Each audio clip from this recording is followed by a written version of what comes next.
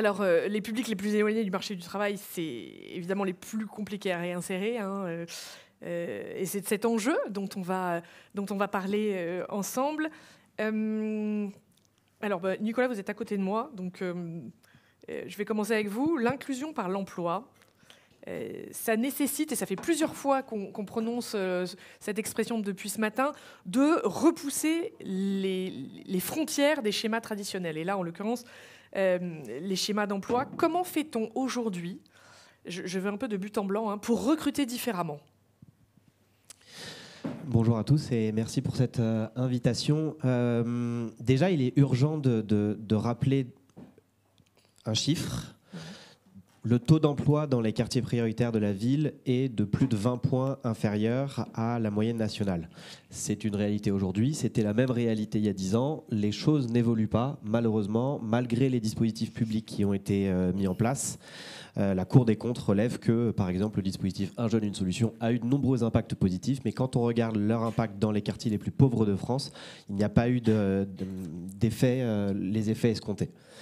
Par ailleurs, quand on regarde plus spécifiquement le cas des jeunes diplômés dans ces quartiers prioritaires de la ville, on réalise qu'ils n'ont évidemment pas les mêmes besoins que des jeunes diplômés qui auraient pu grandir dans un milieu plus aisé, plus porteur, qui auraient pu faire des écoles de commerce et non pas sortir de l'université. Et donc il est important d'adapter les réponses aux besoins spécifiques de ces profils.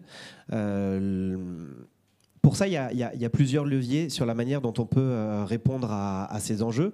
Le premier, c'est de questionner les pratiques de recrutement en interne. Comment, dans mon entreprise, je réussis à garantir une égalité de traitement à tous les candidats, quelle que soit leur origine, quel que soit leur territoire. Comment je diagnostique mes process, comment je fais en sorte que, quelle que soit l'origine, le territoire, le type de diplôme, on a beaucoup parlé des lycées pro tout à l'heure. J'aimerais qu'on parle aussi des liens à renforcer entre les universités et les entreprises. C'est fondamental.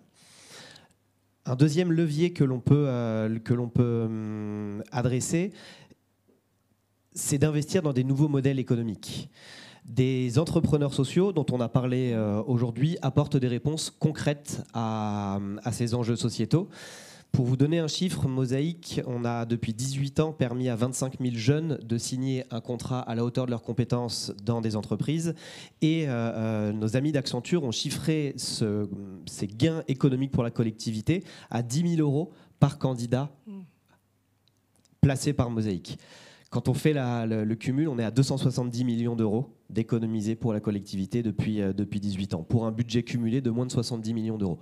Donc, investir dans des entreprises sociales, investir dans des modèles économiques hybrides nouveaux, ça fonctionne. Et on l'a dit à plusieurs reprises ce matin, ces liens avec les entreprises et le secteur institutionnel est fondamental pour faire ce dernier kilomètre et créer un impact. Voilà un peu ce que l'on peut nous retenir de cette expérience que l'on a depuis 18 ans dans la transformation des pratiques de recrutement et dans la nécessité d'investir dans des nouveaux modèles. Il est fondamental aujourd'hui également de mettre en avant et d'innover au travers d'alliances. Et je pense notamment à un dispositif que l'on a monté avec la région Île-de-France. On travaille en coalition avec plusieurs associations pour sourcer des candidats sur la base de postes qui nous ont été confiés par des entreprises. Toutes les 8 semaines, on organise des job dating. C'est plus de 10 entreprises, c'est plus de 150 candidats qui sont présélectionnés, mis en relation avec les entreprises. Ça fonctionne à partir du moment où on est dans ces logiques d'innovation territoriale. Alors, soit vous, votre conviction, c'est que pour lever les barrières, il faut former massivement. Vous voyez ça tous les jours. Expliquez-nous. Bonjour à toutes et à tous. Peut-être pour rappeler ce que fait Décodeuse. Oui. Ce sont des écoles que j'ai fondées il y a une dizaine d'années pour former des femmes de milieux populaires à devenir développeuses. Décodeuse, c'est le féminin pluriel de codeur. Donc le message, il est clair, j'imagine que tout le monde a compris. Et on forme soit pour devenir développeuse, soit pour travailler dans la cybersécurité. On est présente à Paris, en Seine-Saint-Denis, à Roubaix, à Marseille, à Lyon. Et donc l'objectif, c'est de former des femmes parce qu'elles font tout simplement le choix de la tech pour des raisons économiques. On a fait une mesure d'impact et en à peine 1 an et demi, elles font plus de 40% de gains de salaire. Donc, c'est la première raison, c'est l'émancipation économique. Et c'est aussi parce qu'en France, on n'est que moins de 20% de femmes à travailler dans les métiers techniques du numérique. Donc, pourquoi est-ce qu'on a choisi d'ouvrir des écoles pour former des femmes? C'est le meilleur moyen, c'est le raccourci, c'est direct. On crée un pont entre le monde économique et les femmes de milieu populaire. Et alors pourquoi est-ce que moi je considère qu'il faut former massivement? On est là pour construire une économie la plus inclusive et créer les conditions de la réussite pour tous. Là, j'imagine qu'en face de moi, j'ai quasiment que des entreprises. Vous avez du mal à recruter. De l'autre côté, dans les milieux populaires, on a des femmes qui ne demandent qu'à être recrutées. Donc, rencontrons-nous, créons la coopération, parce que c'est ce qui fonctionne, coopérer. Et aujourd'hui, on sait, il y a le 20 mai dernier, le dernier rapport de l'OIT qui est sorti, et une majorité des emplois qui vont être transformés sont des emplois qui sont occupés par des femmes. Donc, ma réponse, elle est très simple. Il faut absolument investir massivement dans la formation professionnelle des femmes, mais aussi des jeunes, on en parlait tout à l'heure. Et voilà, vraiment, j'insiste sur les femmes parce que nous sommes toujours les premières perdantes des révolutions. Or, aujourd'hui, même dans vos salariés, femmes et hommes, je pense que vous n'avez que des personnes qui ont envie de contribuer. Elles ne viennent pas juste pour réaliser des tâches, elles veulent contribuer à améliorer la société. Et aujourd'hui, vous devez recruter différemment, vraiment diversifier vos viviers, là où vous allez chercher les talents. Et donc, évidemment, former massivement, ça commence par les milieux les plus populaires, parce que c'est dans ces milieux que se concentrent les inégalités. Et donc, si on veut créer du changement, si on veut provoquer un réel changement, il faut partir de là. Et l'importance de créer des ponts, on vous entend bien. Alors, Élodie Bossan, pour vous, et c'est assez intéressant, on réduit souvent la problématique des publics éloignés de l'emploi à des obstacles individuels, alors qu'il s'agit avant tout d'un problème structurel. Vous l'analysez comme ça? Oui, alors petit préambule, donc Tenzing, cabinet de conseil en stratégie opérationnelle, donc qui recrute en s'affranchissant du diplôme de grande école, donc en rebond de ce que disait tout à l'heure Nicolas. Et je suis aussi membre du conseil d'administration de l'établissement public pour insertion dans l'emploi, l'EPID. Donc du coup, j'ai été amenée à voir, enfin par mon expérience et en même temps de chef d'entreprise, effectivement de la problématique oui, structurelle et qui n'est pas spécialement individuelle. Enfin, ce que je veux dire, c'est qu'on a des politiques de recrutement qui peuvent générer des freins d'accès à l'emploi, parce que éloigner de l'emploi, je vois dans le secteur du conseil, c'est éloigner du métier du conseil. Donc comment on travaille là-dessus? Mais en même temps, pour des personnes vraiment éloignées de l'emploi, là où ce que disait tout à l'heure Swad, on voit qu'on parle dans les deux cas massivement de personnes issues de milieux populaires. Donc comment on peut lever ces freins-là? C'est vrai que pour une entreprise, c'est pas toujours évident, parce que c'est du temps à investir, c'est des investissements et qui n'ont pas tout de suite un retour immédiat. Enfin, on peut en parler longuement, mais ça serait pas juste de dire que quand on ouvre tout de suite ce recrutement, immédiatement, c'est rentable, parce que vous devez fournir des investissements en termes de formation, c'est de penser une GPEC autrement. C'est même se dire, un manager qui va prendre une personne qui est un peu plus éloignée, il faut lui dégager du temps, puisque c'est quelque chose qui s'ajoute en plus de sa charge de travail, et en fait c'est compliqué. Et là où je rebondis sur les propos de Nicolas, il est vrai que le sous-jacent aussi de ça, c'est d'avoir des modèles de partage de la valeur. Nous, je vois chez Tenzing, quand on a mis en place notre mode de recrutement, on a beaucoup fonctionné par essai-erreur. 2, on s'appuyait sur des acteurs comme Mosaïque RH pour diversifier les viviers et pour bénéficier de leur expérience, et aussi de partager en toute transparence les écueils que nous voilà, on rencontrait. Et c'est vrai qu'il me semble, si bien évidemment on a tous un libre arbitre, tout le monde, c'est difficile de se dire que ça peut être que lié à l'individu parce que c'est une femme, parce que c'est une personne qui est senior. En fait, globalement, c'est nos mécanismes aussi bien d'organisation, de gestion d'entreprise. Oui. Mais à la fois, je comprends que pour une PME qui a un sujet d'équilibre financier, de temps alloué, ça puisse ne pas être immédiatement la priorité quand on parle parfois même de la survie de son entreprise. Mais peut-être côté grand groupe, où il y a plus de marge de manœuvre, ou une possibilité d'avoir un déploiement à plus long terme, on voit bien qu'on a des moyens d'action, soit de faire en sorte que ces inégalités ne se produisent pas, à travers du mentorat, de la formation. Et lorsque les inégalités se sont produites, je vois à nos côtés EPID, on a des entreprises partenaires. Oui, ça pose des sujets derrière, in fine, d'organisation. Alors, Aurélie Janson, vous êtes la recruteuse de ce panel. Peut-être déjà avoir une réaction à ce qui vient d'être dit, et puis poursuivre avec le rôle de la grande entreprise. Vous représentez la grande entreprise, les grands groupes dans cette insertion professionnelle, et encore plus, j'ai envie de dire, au niveau des territoires, parce que c'est un fil rouge depuis le début de la matinée, le territoire. Oui. Alors, en effet, je représente le collectif aujourd'hui et tout le travail qui a été fait autour d'un champ d'action prioritaire pour ce collectif qui est l'insertion professionnelle. Alors, déjà, en premier lieu, j'ai envie de dire c'est un collectif, une coalition d'énergie. Et cette énergie, elle est épuisable parfois. Donc, un message à tous dans cette pièce. J'ai vu de nombreux partenaires, y compris à côté de moi, nombreux partenaires, nombreux acteurs avec qui nous travaillons tous les jours.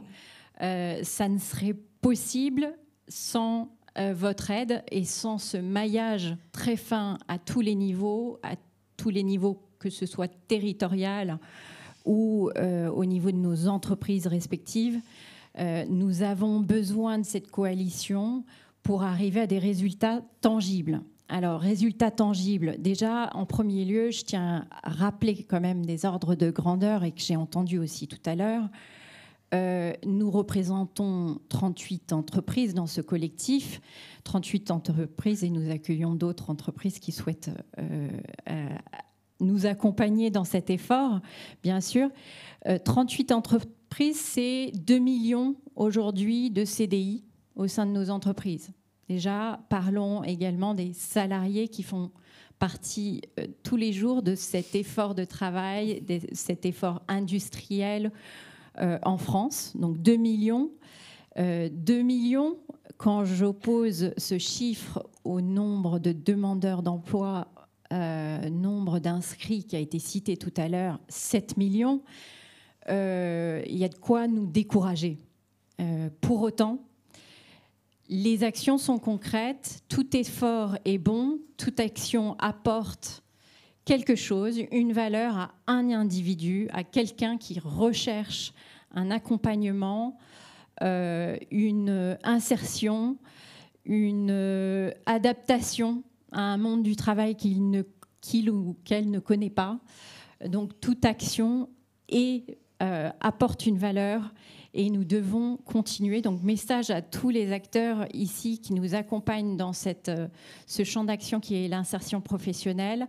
Le doute s'immisce à plusieurs niveaux de notre vie. Le doute s'immisce dans nos engagements. Le doute s'immisce dans la tête de nos dirigeants parfois, ou y compris de mes collègues dans la fonction RH. Ne laissez pas ce doute s'immiscer. Nous apportons des résultats concrets. Ces résultats pour nos champs d'action prioritaires, l'un était la création d'un maillage territorial important, conséquent, utilisant ces 38 entreprises qui font partie de ce collectif. Donc 15 bassins d'emploi couverts par ce maillage, 15 grandes villes où nous allions nos forces ensemble. Et d'ailleurs, je tiens à souligner que ensemble, nous sommes parfois aussi concurrents. Donc, cet engagement dépasse nos intérêts propres, nos intérêts économiques propres, puisque nous travaillons en coordination pour avoir un impact sociétal que nous assumons pleinement, puisqu'il nous apporte un avantage économique indéniable. Donc, ces collectifs territoriaux, au nombre de 15 aujourd'hui, nous nous déployons sur toutes les villes principales, tous les bassins d'emploi, et grâce à un maillage également avec les collectivités territoriales et les associations que vous représentez tous aujourd'hui. Je vous donne un exemple. Adaptation aux priorités territoriales à Orléans récemment, un forum Atouage qui donne la priorité notamment à l'insertion ou la reconversion des profils seniors. Donc, nous ne parlons pas seulement de l'insertion professionnelle des jeunes. Autre exemple concret de chiffres sur l'engagement auprès des populations d'alternants, donc l'insertion par l'alternance. Nous avons atteint 5,8% d'alternants pour tout le collectif. C'est 65 000 alternants aujourd'hui. Nous allons augmenter cette ambition cette année. Nous sommes à peu de choses près de notre objectif. 1 500 alternants de plus par rapport à l'an passé. C'est autant d'adaptation, d'accompagnement de jeunes, mais aussi de plus seniors à travers tous nos territoires pour s'adapter au monde économique, s'adapter au monde des entreprises. Et nous leur apportons tout cet accompagnement via du coaching, via la participation à des forums dans tous les territoires. Voilà. Merci beaucoup. Alors, Nicolas Macabeo, vous m'avez dit, quand on s'est parlé, que pour que les choses avancent, il fallait faire l'état des lieux de la situation dans les entreprises. Et ça, c'est pas vous qui me l'avez dit, mais c'est moi qui vous pose la question. Est-ce que vous voulez dire par là que leur mettre une forme de pression, c'est-à-dire l'état des lieux, c'est le factuel, c'est une forme de pression pour que ce soit pour les forcer à aller plus loin, pour que ce soit plus efficace. C'est moi qui interprète vos paroles, mais finalement, est-ce que c'est pas ça ? Est-ce qu'on peut arriver à un but si on ne s'est pas fixé l'objectif d'y arriver ? Et peut-on se fixer des objectifs si on n'a pas d'abord fait un état des lieux en interne, si on n'a pas regardé concrètement où on en était en interne ? Le groupe Mosaïque RH propose des solutions, par exemple, pour faire un diagnostic des processus de recrutement. Est-ce que de A à Z dans un processus de recrutement, l'égalité de traitement est garantie pour tous les candidats et pour toutes les candidates ? On va questionner ça, on va analyser les outils, on va questionner les RH, on va questionner les managers qui sont en situation de recrutement. Trop souvent, malheureusement, pas formés sur ce métier de recrutement, c'est un autre sujet, mais c'est aussi ça que l'on peut évaluer et que l'on peut mettre en avant dans le cadre de recommandations et de plans d'action. Quand on parle de mesurer, on peut aussi aller jusqu'à mesurer le sentiment d'inclusion des collaborateurs dans les entreprises. Est-ce que, en fonction de si j'ai fait une université ou une école de commerce, si j'ai grandi dans un quartier aisé ou dans un quartier pauvre, si je suis un homme ou une femme et en fonction de mon âge, est-ce que j'ai le même sentiment d'inclusion dans mon entreprise ? Évidemment, les réponses sont non.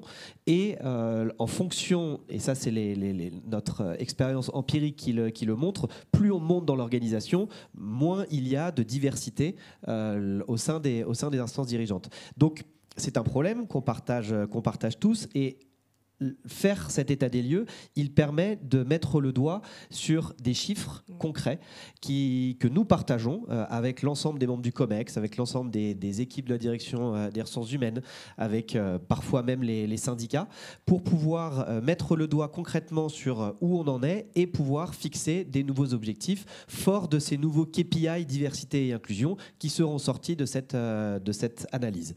Et après avoir fait cet état des lieux, quels objectifs nous fixons-nous ? C'est très important d'avoir des objectifs en termes de recrutement d'alternants dans les QPV. Nous, on appelle à avoir des politiques de recrutement dans les QPV à tous les niveaux de responsabilité. Pourquoi faire ça? C'est qu'encore une fois, il est fondamental de se fixer des objectifs. Nous, par exemple, on s'est fixé un objectif de travailler avec l'ensemble des universités françaises et de les rapprocher des entreprises.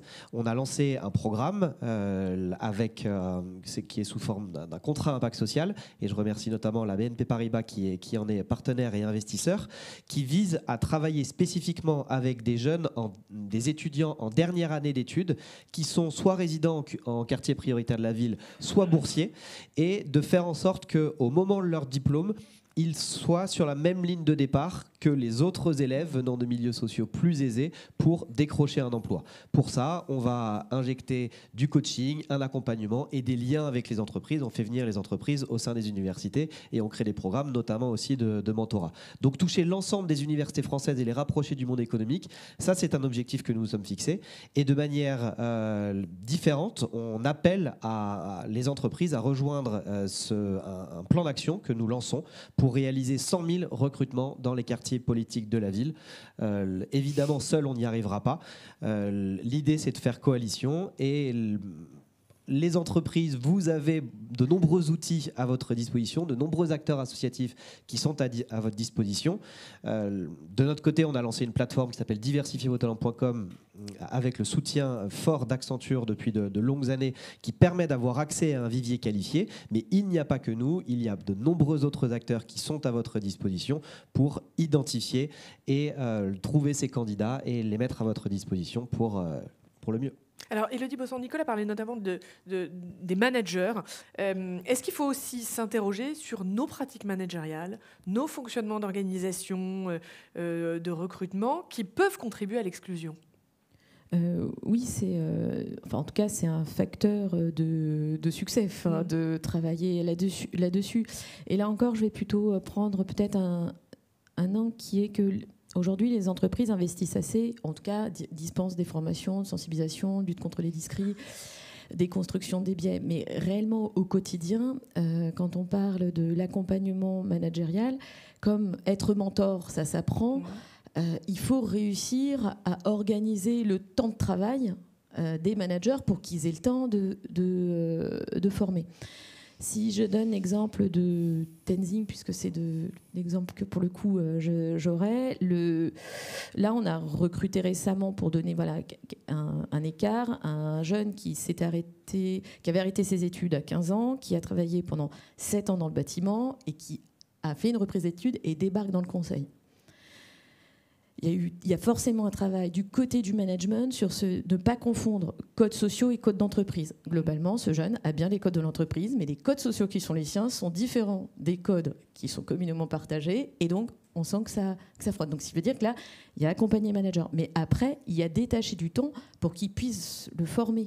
On parlait de la formation, donc soit on peut investir dans des grands plans, mais aussi beaucoup de métiers. Et heureusement, quand on parle, si on veut favoriser la mobilité sociale, les métiers s'apprennent aussi sur le terrain.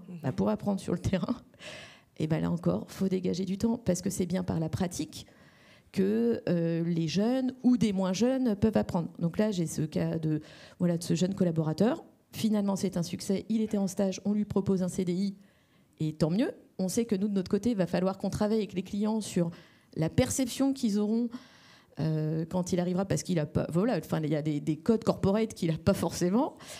Tout comme on a recruté des personnes qui venaient d'économie sociale et solidaire et qui sont passées côté conseil, et donc des personnes qui ont entre 40 ans, quand nous les équipes sont globalement plutôt jeunes. Et là encore, ça a contraint nos managers à réviser leurs pratiques, mais il a bien fallu que même nous on les accompagne et se dire qu'on allait un peu se tromper avec eux. Et lors de notre évaluation d'impact qu'on fait tous les 3 ans, ce que l'on voit, c'est que les managers disent que le fait d'avoir eu des profils considérés comme divers au sein de l'organisation les a amenés à devenir meilleurs managers, mais pas forcément par moment sans douleur. Voilà. Alors, apprendre sur le terrain, comme vous dites, Aurélie Janson, ça passe par la formation professionnelle. Ça, c'est des dispositifs dont vous usez et abusez et vous devez continuer à en abuser. Ça fonctionne, ça? Ça fonctionne. On a choisi un champ d'action prioritaire qui était la voie de l'alternance en premier lieu, parce que, encore une fois, il faut se concentrer sur des actions sur le long terme pour avoir de l'impact. La voie de l'alternance, on se fixe des objectifs concrets sur les quartiers prioritaires, sur également les zones rurales, pour nous assurer, encore une fois, de ce maillage territorial important, aller chercher les profils exclus à tous les niveaux territoriaux. Nous sommes parvenus à 18% d'alternants provenant de ces zones et de ces populations prioritaires. Donc 18% pour contribuer à votre chiffre, puisqu'on travaille aussi avec Mosaïque et RH, c'est 8000 alternants qui ont été insérés par cette voie, et grâce, encore une fois, au travail en commun avec les associations les plus proches et les collectivités les plus proches du terrain. On adapte donc nos actions également à ces populations. Transdev, j'ai vu tout à l'heure sur scène, où, par exemple, nous-mêmes, Engie, on adapte nos actions pour ces populations, pour les attirer également et leur faire découvrir des métiers, notamment les métiers techniques. Nous sommes bon nombre d'entreprises qui travaillent sur la transition énergétique, avec un besoin massif de compétences et de préparation des compétences à cette transition énergétique. Nous faisons découvrir ces métiers à travers des escape games, à travers des bus qui voyagent dans les différents territoires, à travers les différents forums que vous organisez. Donc des actions au plus près du terrain, avec, encore une fois, un focus sur la durée, je tiens à le répéter, pour nos populations qui sont exclues. Nous avons un repérage temps qui est très différent. Le temps nécessite que nous soyons très intentionnels sur la durée. La lisibilité des orientations, c'est des années de travail, des années de répétition, des années d'accompagnement de nos populations à tous les niveaux nationaux. Donc la durée, très important de le rappeler, de mobiliser toute l'énergie des managers. Et je tiens à donner un exemple d'exemplarité. Ce collectif fonctionne parce qu'on a l'engagement des dirigeants.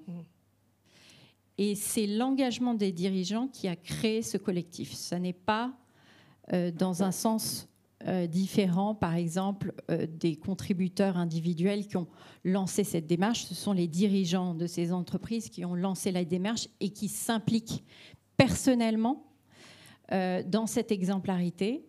Je tiens à citer le dernier exemple de mentorat, notamment, et d'accompagnement de profils de quartiers prioritaires, celle de Catherine MacGregor, qui accompagne aujourd'hui une classe de lycée professionnel de Meudon. Elle accompagne personnellement 25 élèves, puisque si une PDG d'entreprise peut, plutôt que faire un mentee, peut faire 25, je pense. Elle donne de son temps personnel.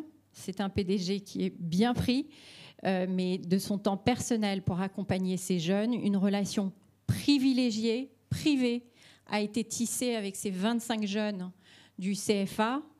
4 heures investies depuis le début de l'année personnelles. On accompagne également par du coaching, par des modules sur l'inclusion, par notre fonction RH. Ce sont des actions concrètes que vous pouvez démultiplier à tous les niveaux d'une entreprise. Et j'espère que les managers prennent note de ce genre d'action. Nous n'avons aucune excuse pour ne pas contribuer quelques heures de notre temps pendant l'année à accompagner des jeunes qui en ont besoin.